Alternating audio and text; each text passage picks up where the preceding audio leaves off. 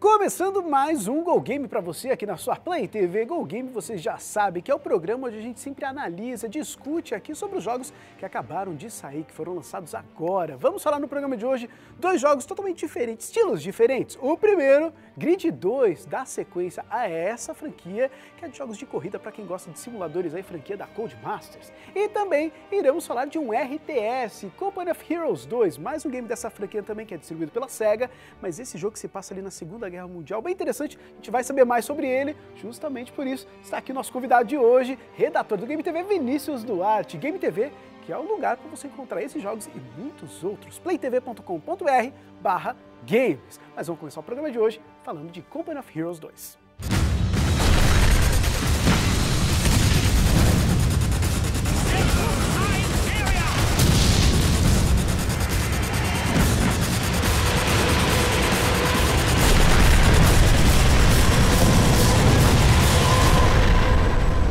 Company of Heroes 2, ô Vini, esse é aquele jogo RTS mesmo pra galera que tá cansado, digamos assim, de se degladiar com bichinhos e outras coisas. Afinal, o jogo, inclusive, é um jogo histórico, digamos assim, né? Conta pra gente um pouquinho mais de Company of Heroes 2, que dá sequência a essa franquia Company of Heroes, que é uma sequência aí que é distribuída pela SEGA.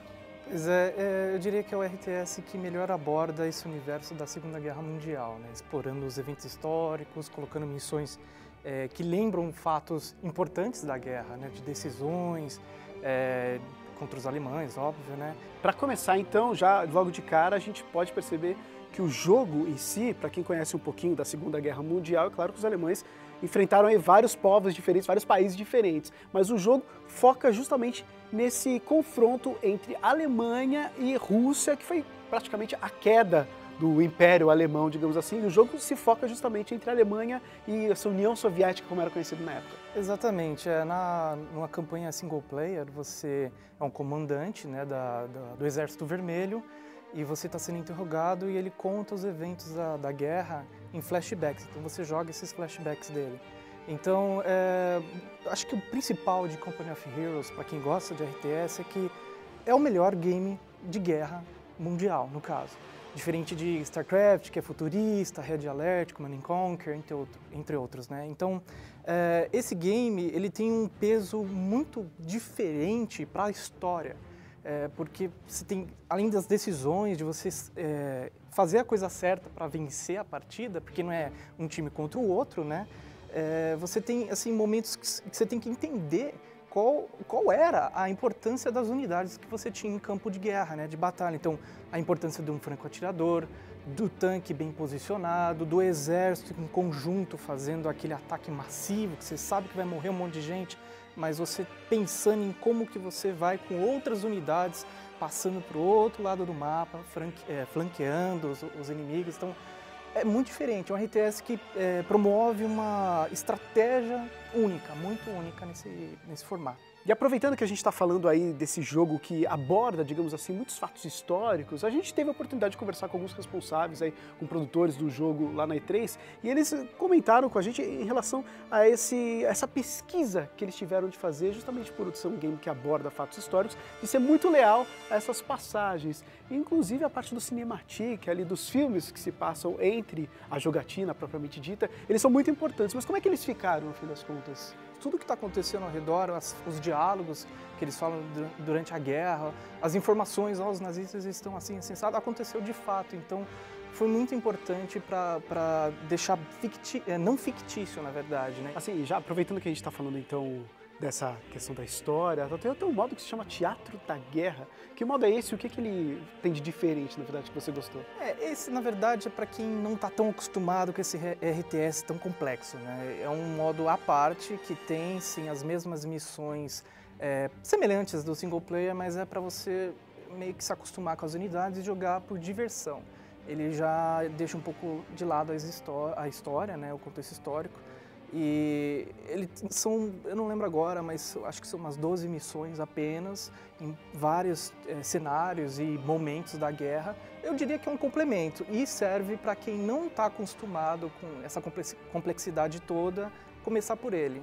Porque quando você parte para a história, olha, eu penei. Tá certo, mas assim, RTS, que se preze, pelo menos a gente fica esperando que tenha um bom multiplayer para você poder curtir. E é independente, né? Desde StarCraft até outras franquias famosas, a gente fica esperando um multiplayer e não é diferente. Company of Heroes 2 também tem um modo multiplayer. Tem, mas diferente de qualquer outro jogo do gênero, esse não dá para entrar sem saber jogar. Você vai tomar uma bota absurda. A complexidade das unidades é realmente... muito difícil porque você não controla uma unidade de cada vez, você controla grupos, né? Então você tem um franco-atirador, mas ele está acompanhado por assistentes, colocando assim. Então você vai juntando esses grupinhos e cada um tem umas habilidades diferentes. Por exemplo, o engenheiro pode colocar minas, né? Você usa isso na campanha single player também. Mas você tem que saber o que cada um faz. Não dá para entrar e, que legal, e agora? Como é que eu faço? Como é que eu construo? Você fica muito perdido, não dá. Tem que jogar o modo de campanha. Pelo menos não precisa jogar o game original para continuar, é uma outra história, então pode partir direto para o Company of Heroes 2. Mas não vai direto para o multiplayer. Vini, algo que realmente traz uma diferença para o jogo é o novo motor gráfico que os caras usaram agora em Company of Heroes 2. O que ele traz de diferente e quais são essas diferenças que a gente consegue perceber dentro do game? Então, diferente do primeiro game, né, você agora destrói tudo. Você consegue derrubar um prédio com um tanque, você consegue realmente deformar todo o cenário. E é até interessante porque se você joga uma granada, vai fazer um buraco. E no que faz um buraco, você pode usar esse buraco como trincheira. Isso não dava para usar antes, né? Então... faz uma diferença grande mesmo no jogo, né? Tá certo, então se você não conhecia, esse é Company of Heroes 2, acabou de sair, jogo de estratégia RTS. No próximo bloco, a gente vai falar de Grid 2, aí pra galera que gosta de jogos de corrida, não sai daí.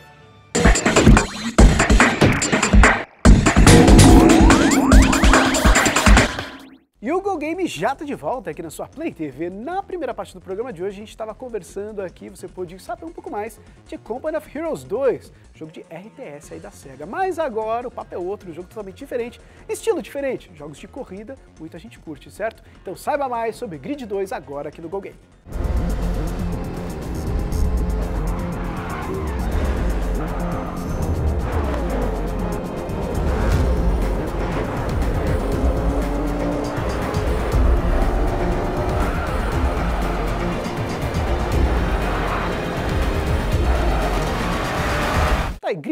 Grid 2, na verdade, é um jogo novo de uma franquia que a galera já conhece de longa data, né? Assim, é uma franquia famosa, mas e aí? Os caras conseguem inovar em alguma coisa, porque chega uma hora que as diferenças já não são tão gritantes assim, né? Claro que a gente vai ter uma nova geração chegando e aí a questão gráfica vai mudar bastante. Mas Grid 2, traz alguma coisa de diferente mesmo?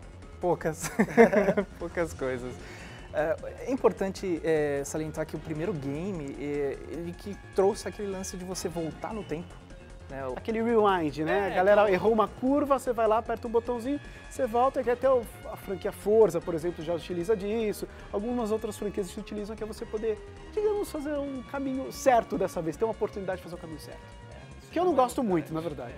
Isso já não é novidade, o Need for Speed Shift fez o mesmo, enfim. Isso não é ruim. Para mim, eu acho que é interessante para quem não está acostumado com um jogo de corrida, por exemplo, de simulador. Grid nunca foi simulador, sempre foi um pouco dos dois, simulador e arcade, e isso continua no segundo game. Só que a diferença é que eles melhoraram o online, a gente já chega lá, mas foi o que melhor ficou nessa continuação, porém faltou alguma coisa a mais, porque tudo que você faz no modo de campanha você é um corredor que está indo bem, aí tem um cara que te patrocina, aí você começa a ganhar carros, ganhar fama, ganhar fãs e crescendo no modo de carreira, exatamente, liberando novos carros, tem toda aquela customização que a gente já viu em todos os games de corrida por aí. Basicamente isso. A questão gráfica muda muita coisa, porque assim, a gente lembra do primeiro, tinha uma questão, agora teremos neve, você vai ter uma neve batendo no seu capô, etc. Isso era uma grande novidade na questão gráfica. Muda muita coisa, os caras conseguem mudar muita coisa, mesmo, como eu disse, a gente tendo uma nova geração chegando aí, ainda a gente não vê mais muita mudança na questão gráfica, mas mudou alguma coisa nisso? Tá mais bonito, não dá pra dizer que não tá. Eu joguei a versão de PC, tá fantástico, tá maravilhoso, até a versão de console não perde muito nesse sentido, porém eles tiraram o melhor do game, que era a cockpit. Tiraram a visão de dentro do carro. Você não tem mais a visão de dentro do carro, que é uma coisa que é meio básica de ter, né? Apesar de que muita gente acaba nem utilizando, às vezes eu, falando basicamente da minha experiência com jogos de corrida, eu acabo às vezes nem utilizando a visão de dentro do carro, mesmo porque eu acho melhor dirigir em terceira pessoa, digamos assim. Mas é uma visão que muita gente se utiliza. Na verdade eu imagino que foi uma decisão dos produtores, porque é de fato uma visão que ocupa muito o processamento do seu console ou PC. Então eles queriam deixar o jogo bonito, ficou realmente bonito, as destruições são fantásticas, mas assim, o carro sofre deformações, voa a porta, tal, não sei o quê. Só que eles colocaram esse processamento que eles tiraram da visão de cockpit para colocar no cenário. Então eles colocaram fogos de artifício, você tem efeitos de luzes batendo nos prédios e tal, mas quem liga para isso? Você está correndo em velocidade. Você nem tem tempo de prestar atenção em tudo isso, né? Exatamente, então eu acho que foi uma decisão, na minha opinião, infeliz. Bom, mas a gente tem uma novidade, não sei se o que você achou dessa novidade, mas conta pra gente o que é esse TrueField. Olha, é um sistema que é bem legal porque assim, a gente já vê isso em outros games, de você sentir a velocidade do carro, não só pelo medidor, esse carro é mais rápido que o outro, o drifting dele, como é que você sente, né? Aquele carro mais pesado ou que escorrega mais. Não é novidade, mas o TrueField, eles conseguiram colocar características muito únicas de cada carro real. E para encerrar, você falou no começo, Bruno, que é a grande inovação mesmo, que os caras realmente acertaram, multiplayer. Multiplayer ficou bacana, melhor, já que o primeiro era bem deficiente. Porque assim, eram poucas opções e o online ele não era o principal do Grid 1. Então no 2 é muito bacana porque você tem o teu carro e tem um painel lá no fundo, parece que você está no salão do automóvel cuidando do seu carro, vendo quem está online, quem são seus amigos online. Agora, da mesma forma que no single player você tem, por exemplo, corridas de derrapagem, corrida tradicional de 3 voltas, por exemplo, e as de confronto, que você faz quartas, semi e final correndo contra um só, uma volta só no mapa.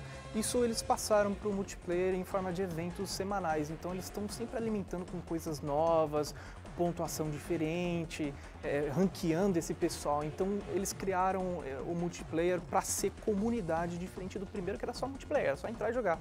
Então tá bem legal, eu recomendo, principalmente pelo multiplayer. Tá certo, então. Então se você não conhecia, Grid 2, esse é o jogo que também acabou de sair. No programa de hoje a gente analisou Grid 2, é claro, e também Company of Heroes 2. A análise mais completa desses games você confere lá no Game TV, playtv.com.br/games. Isso e muito mais. Por exemplo, você pode conferir lá no Game TV também um pouquinho mais aqui do Go Games. Se você perdeu algum programa, lá todos os programas estarão para você assistir quantas vezes você quiser. E não deixe de nos seguir lá no Twitter, @GoGamePlayTV. Vini, obrigado pela participação. Semana que vem tem muito mais Go Game para você aqui na Play TV. Tchau!